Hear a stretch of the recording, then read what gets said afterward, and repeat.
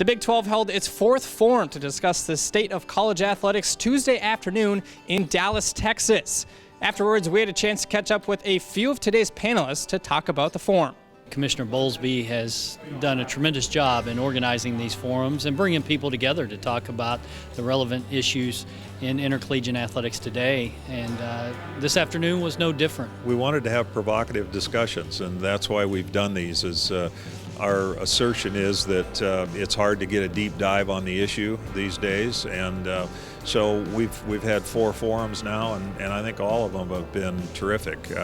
Today we intentionally put together people who disagree on things, and yet there were a lot of things I think we found commonality on. One of the biggest discussions at today's Big 12 forum was debating the value of a scholarship. Well, I think full cost of attendance is a good measure, because these are student athletes. I mean, they're there to get an education. It is true that they're working hard in their sport, but it's really a privilege. I mean, nobody's making them do this. We need to get to the point where those of us that work in college athletics can look student athletes in the eye and say, we're doing the very best things we can for you, and we're doing everything we can to support you getting an education, and we pledge ourselves to helping you go from being an 18-year-old adolescent to being a 22-year-old adult, and at the same time have a great athletic experience and get a good education.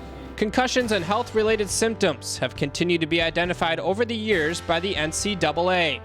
Today's panel expressed the importance of finding common grounds on developing the safest playing conditions possible.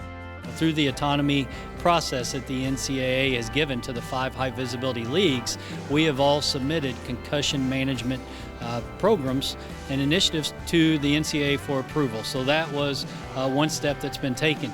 In the Big 12, we have reduced the number of contact periods that you can have in the sport of football. That's another step, but we've got to continue to talk and identify those initiatives that's going to continue to provide the safest conditions for our student athletes to train and compete in. If you missed any of today's action, be sure to check out Big12Sports.com, as you can catch the entire forum as well as recaps, highlights, and much more. Until next time, for the Big 12 Digital Network, I'm Mitch Gerber.